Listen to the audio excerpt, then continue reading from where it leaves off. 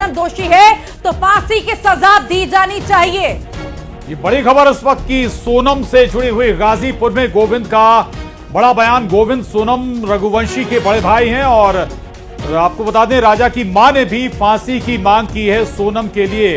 हालांकि सोनम खुद को निर्दोष बता रही है बल्कि पीड़ित बता रही हैं सोनम खुद को। वो ये भी कहती हुई नजर आ रही कि उनका अपहरण हुआ था, लेकिन दूसरी तरफ पुलिस की थ्योरी कुछ और ही कह रही है और उसी आधार पर अब सोनम के भाई गोविंद का बयान आया है कि अगर सोनम दोषी है तो फिर उसे फांसी की सजा दी जाए।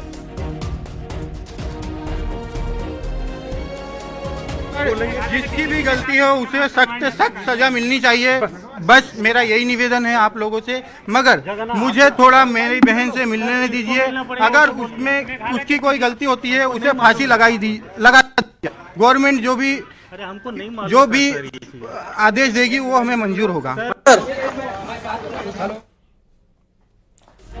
तो आप सोनम के भाई गोविंद को सुन रहे थे। उनका साफ तौर से कहना है कि अगर दोषी है तो फांसी की सजा जरूर मिलनी चाहिए। फिलहाल वो मिलने के लिए अपनी बहन से पहुंचे हैं।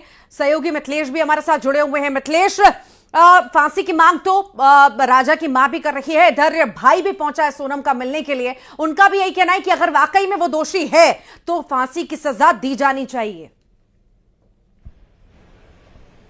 जी बिल्कुल, परिवार जो है लगातार राजा के हत्यारों के लिए फांसी की सजा की मांग कर रही है। और राजा की मां ने कहा था अगर सोनम ने हत्या की करवाई या सोनम ने हत्या की है तो सोनम को फांसी की सजा मिलनी चाहिए और सोनम को भी वैसी जिंदा जला देनी चाहिए जिस तरीके से उनके बेटे को जलाया गया। उन्होंने कहा कि अब मैंने अपने बेटे को चलते देखा है, वो बेटा जो परिवार की जिम्मेदारी जिस बेटे पर सबसे ज्यादा थी, मां से सबसे ज्यादा प्यार राजा करता था। मां ने कहा यकीन ही नहीं हो रहा। हाँ, लेकिन जब राजा हनीमून के लिए जाने वाला था उस वक्त कहीं ना कहीं मन में थोड़ा सा एहसास तो हो रहा था, एक डर सा जरूर लगा था कि कहीं कुछ गलत तो नहीं होने जा रहा है। बोले उस दिन मुझे तो उस वक्त एहसास हो रहा था जब बेटा घर से बाहर निकला था। हालांकि बाद में जिस तरीके से राजा का शव मिला यकीन नहीं हो पा रहा था, अभी तक यकीन नहीं हो पा रहा है कि उनके बेटे की हत्या में सोनम का नाम जुड़ा हुआ है या सोनम ने ही उनके बेटे की हत्या करा दी है। परिवार के लोग यकीन कर नहीं पा रहे, उनका मन गवारा नहीं हो रहा, उनका मन इस बात को मानने को तैयार नहीं कि उनकी ही बहू उनके बेटे की कातिल निकली है।